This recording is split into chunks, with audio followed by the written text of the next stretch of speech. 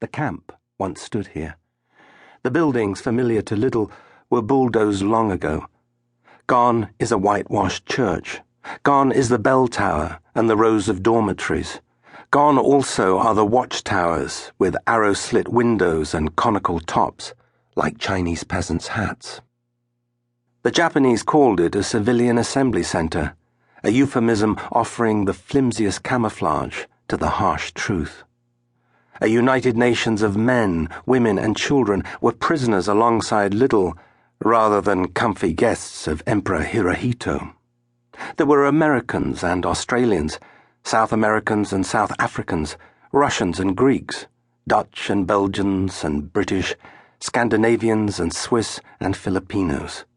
Among the nationalities there were disparate strata of society. Merchant bankers, entrepreneurs, boardroom businessmen, solicitors, architects, teachers, and government officials. There were also drug addicts, alcoholics, prostitutes, and thieves, who coexisted beside monks and nuns and missionaries, such as Little. Weishin housed more than 2,100 internees during a period of 2.5 years. At its terrible zenith, between 1,600 and 1,800 were shut into it at once. The place already had a past. It had previously been an American Presbyterian mission. Born there was the Nobel laureate Pearl S. Buck, who wrote the Pulitzer Prize-winning novel The Good Earth, which made China less mysterious to the millions who read it in the 1930s. Henry Luce, founder of Time and father of its subsequent empire, lived within the compound as a boy. The Chinese had christened it Li Dao Yuan, Courtyard of the Happy Way.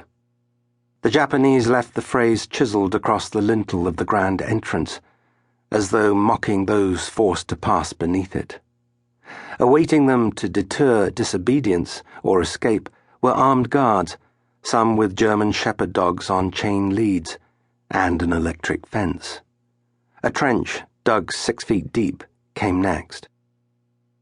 A man's labor can become his identity. Little testifies to that. Before internment, he worked in perilous outposts in China, dodging bullets and shells, and always wary of the knife blade. After it, he dedicated himself to everyone around him, as though it were his responsibility alone to imbue the hardships and degradations with a proper purpose and make the long days bearable. The short history of the camp emphasizes the impossibility of Little's task.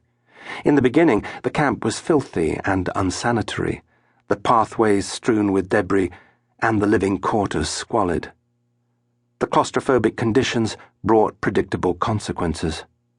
There were verbal squabbles, sometimes flaring into physical fights over the meager portions at mealtimes, and also the question of who was in front of whom in the line to receive them.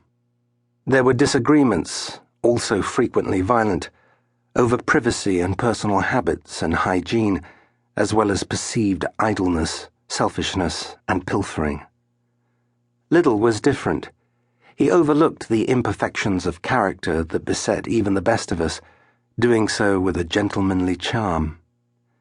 With infinite patience, he also gave special attention to the young, who affectionately called him Uncle Eric.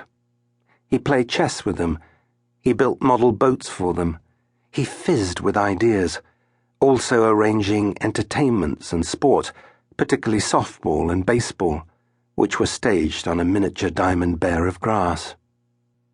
Skeptical questions are always going to be asked when someone is portrayed without apparent faults, and also as the possessor of standards that appear so idealized and far-fetched to the rest of us. Little can sound too virtuous and too honorable to be true, as if those who knew him were either misremembering or consciously mythologizing. Not so. The evidence is too overwhelming to be dismissed as easily as that. Amid the myriad moral dilemmas in Weishin, Little's forbearance was remarkable. No one could ever recall a single act of envy, pettiness, hubris, or self-aggrandizement from him. He bad-mouthed nobody. To keep listening to this audiobook, I've left you a link in the description so you can do it, at no cost thanks to Audible's 30-day free trial.